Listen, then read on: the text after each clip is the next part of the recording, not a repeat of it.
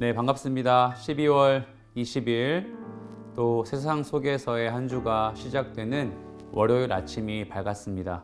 오늘 함께 말씀을 통해 또 하루의 삶을 승리하게 하시는 하나님의 그 은혜를 기대하며 말씀으로 그 묵상의 시간으로 함께 나아가 보겠습니다. 우리 함께 기도하겠습니다. 놀라우신 주님, 하나님의 은혜로 주일 예배 가운데 말씀으로 충만케 하시고 그 말씀을 적용하고 결단할 수 있는 삶의 하루, 이 자리를 시작하게 하시니 감사합니다. 하나님, 그렇지만 오늘 우리가 말씀 묵상을 하고 큐티하며 이 하루를 지탱할 수 있는 또 하나의 말씀을 허락하셨사오니 이 말씀을 붙들고 세상 속에서 승리하는 그리스도인 되도록 인도하여 주시옵소서. 사랑 많으신 예수 그리스도의 이름으로 기도합니다. 아멘.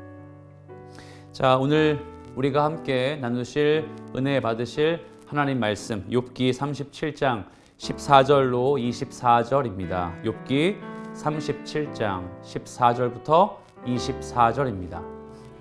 욥이여, 이것을 듣고 가만히 서서 하나님의 오묘한 일을 깨달으라. 하나님이 이런 것들에게 명령하셔서 그 구름의 번개로 번쩍거리게 하시는 것을 그대가 아느냐? 그대는 겹겹이 쌓인 구름과 완전한 지식의 경이로움을 아느냐? 땅이 고요할 때 남풍으로 말미암아 그대의 의복이 따뜻한 까닭을 그대가 아느냐? 그대는 그를 도와 구름장들을 두들겨 넓게 만들어 녹여 부어 만든 거울같이 단단하게 할 수 있겠느냐? 우리가 그에게 할 말을 그대는 우리에게 가르치라. 우리는 아둔하여 아뢰지 못하겠노라. 내가 말하고 싶은 것을 어찌 그에게 고할 수 있으랴? 삼켜지기를 바랄 자가 어디 있으랴? 그런즉 바람이 불어 하늘이 말끔하게 되었을 때 그 밝은 빛을 아무도 볼 수 없느니라. 북쪽에서는 황금 같은 빛이 나오고 하나님께는 두려운 위엄이 있느니라. 전능자를 우리가 찾을 수 없나니 그는 권능이 지극히 크사 정의나 무한한 공의를 굽히지 아니하심이니라. 그러므로 사람들은 그를 경외하고 그는 스스로 지혜롭다 하는 모든 자를 무시하시느니라. 2016년과 2017년도에 제가 청년들과 함께 몽골 단기 선교를 다녀온 적이 있습니다. 물론 이전 교회에서 청년들과 함께 한 주 동안 다녀온 단기 선교였는데요. 그때 몽골 단기 선교를 떠나서 정신없이 사역을 하고 마지막 날에 테를지 국립공원이라는 곳으로 버스를 타고 한 2시간, 3시간 정도 이동하는 과정에 있었습니다. 그때 제 눈앞에 보인 광경을 이 말로 표현하기가 다 담을 수 없을지 모르겠지만 양쪽에는 평원이 보였고 그 평원 중간중간에 게르라고 하는 몽골의 그 민속 주택이 있었습니다. 그리고 양들과 소들과 여러 가지 동물들이 자유롭게 거닐고 있었어요. 그리고 정면에 보이는 곳은 그 평원이 끝이 보이지 않는 광활한 대지였습니다. 제가 그 버스에서 그 장면을 쭉 보면서 저도 모르게 흘러나왔던 찬송 가락의 한 구절이 이거였습니다. 주님의 높고 위대하심은. 제가 알고 있는 그 찬송가의 가사 여러분도 공감하시겠죠? 주 하나님 지으신 모든 세계 내 마음속에 그리워 볼 때, 하나님이 지으신 이 세계를 내 알량한 지식과 내 한정 있는 시력과 내 욕심과 어두움으로 바라볼 때, 야, 나는 도저히 하나님의 이 지혜를 알 수 없구나. 하나님의 이 광활한 능력과 하나님의 역사를 역시 나는 알아챌 수 없는 부족한 존재이구나. 그리고 이것뿐이었습니다. 그저 감탄할 뿐이었어요.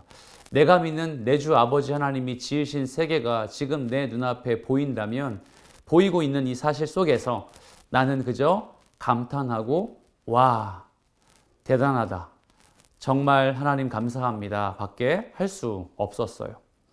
오늘 욥을 향한 엘리후의 마지막 권면의 그 마지막 대미를 장식하는 본문이 지금 여러분 눈앞에 놓여 있습니다. 엘리후는 지금까지 4번의 권면을 소화했고 그 4번의 권면 중에 오늘이 마지막 단락인 셈이죠. 그런데 재미있는 사실은 우리가 이 본문을 통해 2가지의 특징을 발견할 수 있다는 겁니다. 첫 번째는 그는 욥이여, 그대여, 당신이여 라고 하는 정확한 대상에게 무언가를 요구하는 화법으로 갑자기 바꿨다는 거예요. 1절 말씀 보시면 14절 말씀 보시면 욥이여 이것을 듣고 가만히 서서 15절 말씀을 보시면 번개로 번쩍거리게 하시는 것을 그대가 아느냐. 16절 보이시죠? 그대는 겹겹이 쌓인 구름. 여러분 어떤 뉘앙스를 갖고 있을까요? 제가 몽골 단기 선교의 이야기를 잠시 들려주었는데 하나님이 지으시고 역사하시는 하나님의 지혜를 고백할 때에 공동체 이전에 우리라는 범주 이전에 어쩌면 우리 모두는 하나님과의 1대1의 관계 속에서 그 지혜와 능력을 인정할 수 있어야 한다는 말이에요. 엘리후는 욥의 고난 속에 1대1의 하나님의 관계를 네가 직접 경험하고 고백할 수 있어야 된다. 이런 뉘앙스로 욥에게 마지막 권면을 하고 있습니다.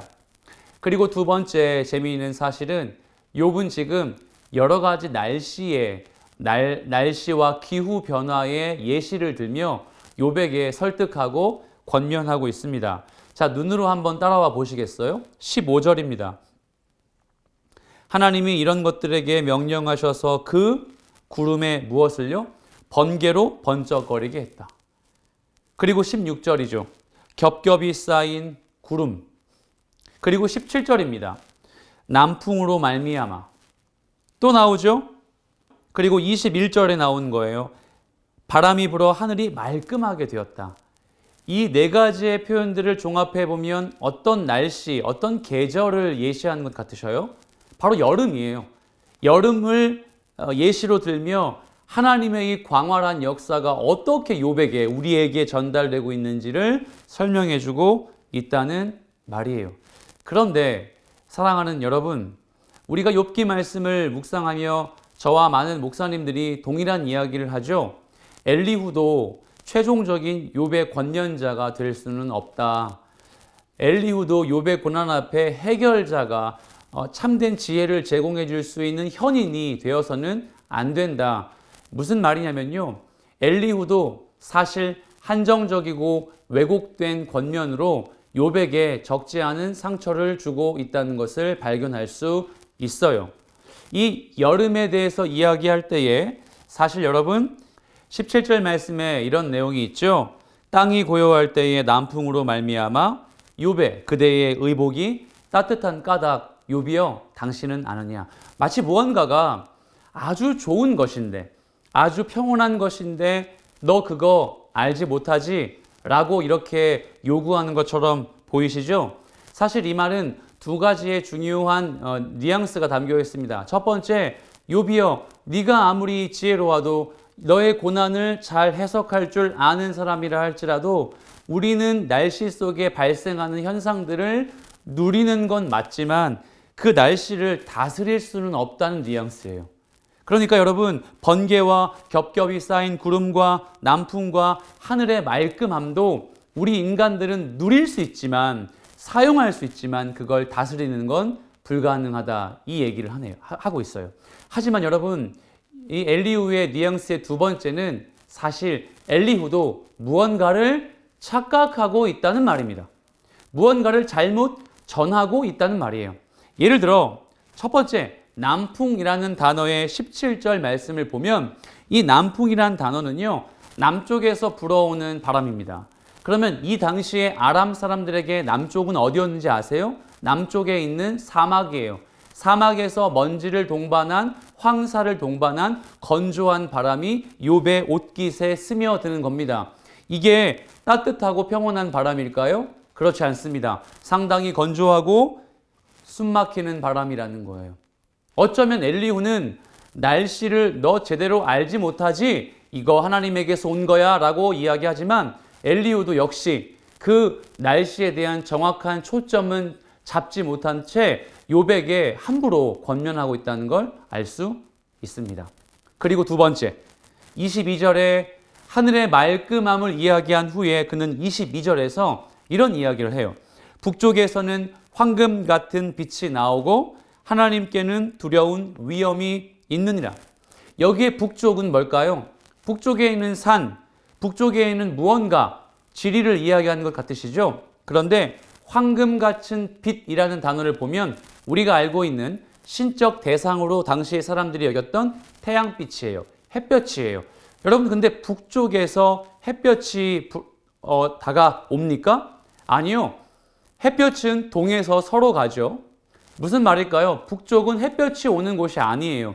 이 말은 날씨를 예시로 들었던 엘리후의 말이었지만 이 말은 북쪽 어느 산에 있는 이방 신들의 모임 장소를 말하고 있는 것과 같습니다.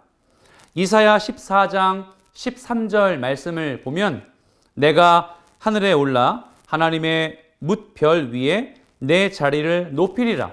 내가 북극 지폐의 산 위에 앉으리라.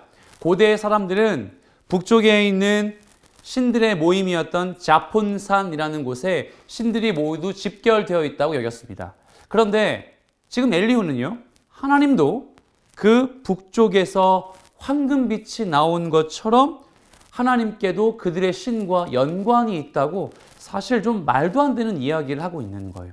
그만큼 하나님의 영광을 강조하고 싶고 욥의 비천함은 그 하나님의 영광을 알 수 없는 사람이라고 권면하고 싶지만 사실 앞뒤가 맞지 않고 하나님을 왜곡하는 표현으로 이 사람을 설득하고 있다는 걸 우린 지금 알게 됩니다. 따라서 엘리후는 지금 네 번째 욥에게 권면하는 이 한마디조차, 이 한 문단의 영적 잔소리조차 그에게 평강과 위로와 하나님의 은혜를 소개하기보다는 하나님의 왜곡된 역사를 또 한 번 제시한 것에 끝나지 않음을 알게 됩니다.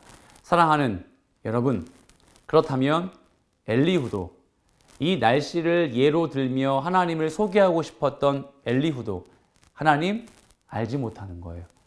하나님 제대로 이해할 수 없는 사람이었던 거예요. 그러면 이 자리에 모인 엘리후, 욥, 그리고 나머지 세 친구 빌닷과 소발과 엘리바스 모두 하나님 되심은 영영 제대로 알지 못하고 이 본문은 정리가 되고 마는 것이죠. 우리에게 어떤 교훈이 있을까요? 그렇습니다. 여러분, 신앙생활을 하며 우리가 하나님을 아는 것은 늘 탐구하고 은혜를 구하며 사모하는 마음으로 나아가야 할 목적지가 됩니다. 최종적인 우리의 목적지는 주님 다시 오시는 영화의 순간이나 우리가 삶의 인생을 다 뒤로하고 하나님 앞에 가는 그 하늘 영광 보좌의 순간에 다다라서야 우리가 이 하나님의 은혜를 다 알 수 있지 않겠습니까? 그러면 어떻게 하는 게 맞을까요? 그때 가서 그때 어차피 하나님 알 거니까 나 그냥 교회나 출석하고 말씀이나 그냥 대충 읽고 그렇게 교회 직분을 감당하는 것으로 그게 진짜 하나님의 영광을 누리는 자다운 모습일까요? 아닙니다. 우리의 삶의 방향과 삶의 고결한 숨결이 하나님을 향해 놓여져 있어야 됩니다.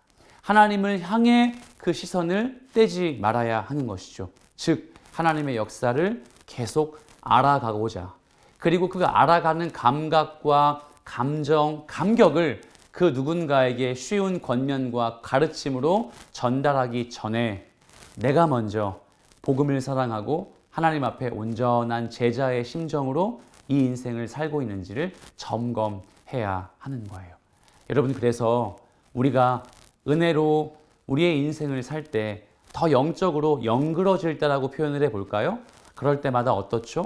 누군가에게 쉽게 권면과 가르치기보다는 우리의 삶이 그 지체에게 그 은혜를 보여주고 느끼게 해주는 것으로 귀결되지 않겠습니까? 이 은혜 오늘 하루도 실천해 보시며 누리시길 부탁합니다. 하나님의 말씀을 알고 하나님의 은혜를 누리는 자는요, 말보다 입보다 우리의 생각과 우리의 가치관이 삶으로 고스란히 드러나는 주의 제자가 되는 겁니다. 이 은혜가 여러분에게 있으시길 살아계신 예수 그리스도의 이름으로 축복하고 격려합니다. 기도하겠습니다. 하나님 아버지 감사합니다. 욥의 고난 속에 우리가 한참의 시간 동안 새 친구와 엘리후 네 번째 친구의 권면을 배웠습니다. 하나님을 아는 것이 참 불가능하고 하나님의 지혜와 능력을 닮아가는 것조차 어려운 이때에 우리가 해야 될 것은 그 은혜를 탐구하고 사모하며 삶의 가장 중요한 가치관으로 여길 것으로 우리가 확신하고 믿습니다. 주여 은혜 베풀어 주셔서 하나님을 아는 자답게 인생 살게 하여 주옵소서.